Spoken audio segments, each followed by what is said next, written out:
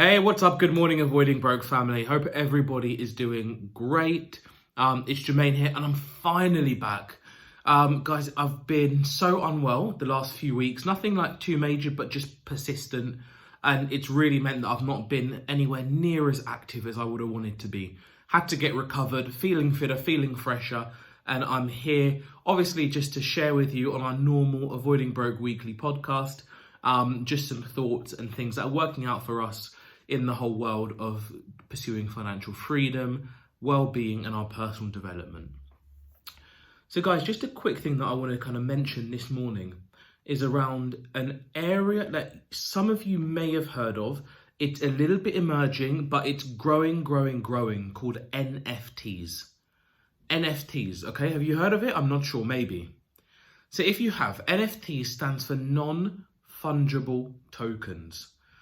And this is a very important emerging digital asset class, which is really changing how we perceive value in the new digital world. And let me try and make it as clear and as easy as possible.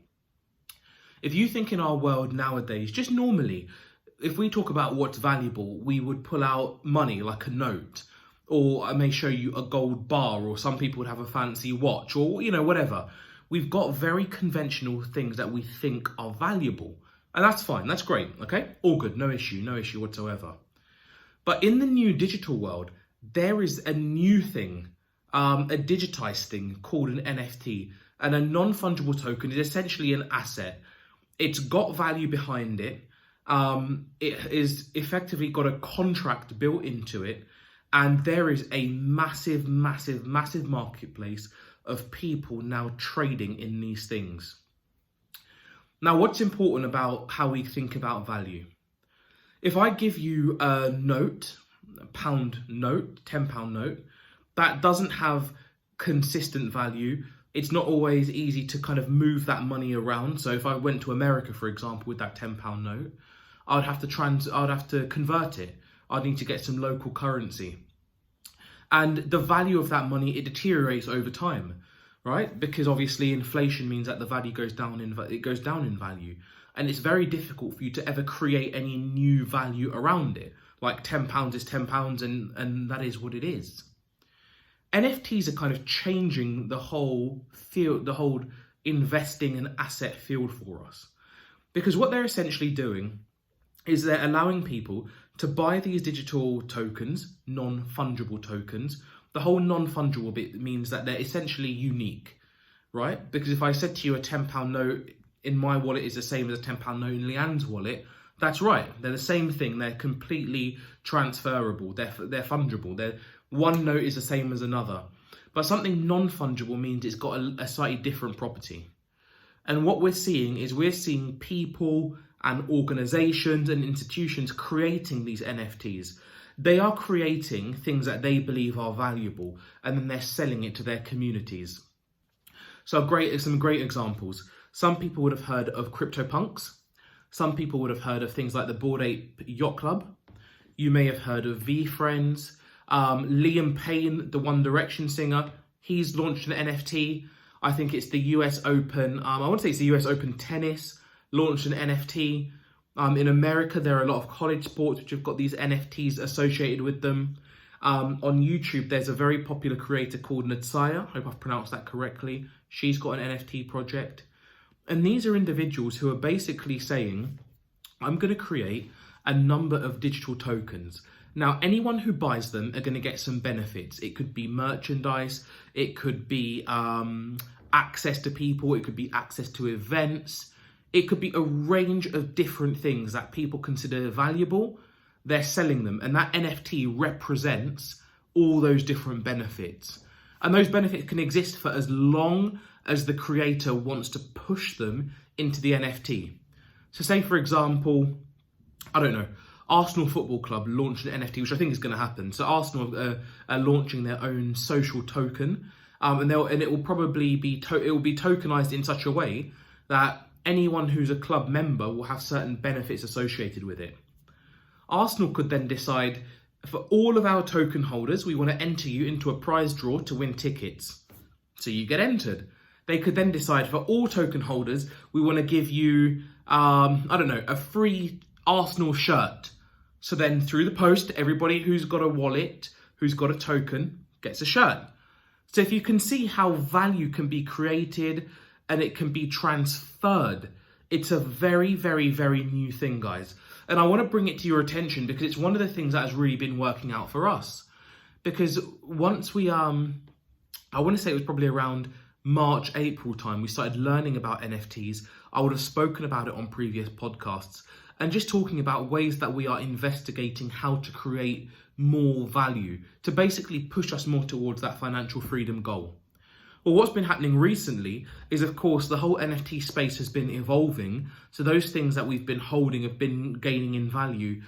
And you're maybe seeing a few more opportunities now to start investing in new projects that are going to mint. Minting is the term used for when you have a drop. So a company would say they're going to do a drop. So they're going to give you an opportunity to buy into them. When you choose to buy in, you then mint a token. So you buy in and you pay some money in order to bring that token into what you call your wallet. It's all digital. Everything is digital. We're starting to see that's kind of really paying off a little bit now. And we're starting to see some real dollar value come through in the things that we own and the ability to kind of buy and sell different things, make a little bit of money, reinvest and keep going. I just want to mention this one to you guys because it's a really different thing. You're not necessarily going to hear about it on conventional news sources. You may, if you're following kind of certain artists, you may see them and hear them talk more about these things. So you would have seen, for example, Steph Curry, the basketball player. He went and bought a Bored Ape Yacht Club NFT. Or if you're in America and you watched the recent Dodgers game, there was a Bored Ape featured at the Dodgers game. If you're into art and you recently watched the Christie's auction, there was one that took place on Friday where Gary Vaynerchuk sold 5 pieces of his original V-Friends art. And I think maybe about a month and a bit ago, the Bored Ape Yacht Club sold a collection of art of their Bored Apes. There were also something called Curio cards, which were one of the first NFTs on the Ethereum blockchain. That was also sold on Friday. These things are selling for big money, guys. So the Gary V art sold for over $1 million combined, just 5 pieces of art. The Curio cards, I can't remember how many cards there were. I think that sold for over $1 million as well. So just to give you a sense of real art being created in the digital world, and you've got real collectors and you've got real value being created in the digital world. People are getting excited about it. They're paying real money for it. And it's a space where anyone who is currently looking for new and different ways to invest, and particularly, let me stress, you've got to be doing your research. So you've got to do new and different ways to learn about digital asset and value creation. Now, one thing that's really exciting, guys, is that TikTok have also recently announced that they will be doing their own NFT collection. So that's going to be massive. And I think it's the Twitch gamers, or certainly the Twitch community, I believe, have also got their NFTs emerging. So you've got the massive platforms like TikTok and Twitch. You've got the massive sport franchises like the junior American football players, as well as NBA Top Shot. The NFL is going to have its own NFTs, and also the UFC have announced that they're going to have their NFTs coming in. In soccer, so in the UK for Arsenal, Arsenal are going to have their own social token, which they can tokenize, and that can become an NFT. And then, of course, you've got big influencers like Liam Payne, Natsaya, Gary Vaynerchuk. They're also launching their NFT projects, or they've launched them already. So, guys, it's a really important emerging space. So you've got artwork, but not just artwork, but think collectibles, think culture, think all the things that we enjoy to consume. You can bring them into one digital token, which has got lots of different characteristics. And those characteristics, they mean value for you, the token holder. And that's the thing, because NFTs have got smart contracts written into them, so that's where your value is being derived. It's a massive area, guys. It is growing hugely. And if you look at any of the areas that I've been talking to you about, like VFriends, Bored Apes, go and check it out, CryptoPunks. Go and have a look at all of these different projects I'm talking to you about, and you may be really surprised by just how much interest there is in this space and just how much value there is flowing.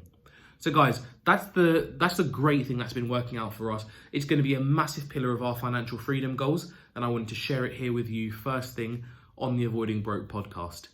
If you've got any questions about NFTs, any of the experience that we've got, any of the lessons that we've learned, some of the things that we're getting involved in, some of the mistakes we've made, because we've definitely made some mistakes, drop us a comment, let us know, and we're obviously always happy to share. All right, guys, till next week. Hope to be with you soon now that I'm fit, and I look forward to it, and have a great week ahead. Take care, guys. Bye-bye.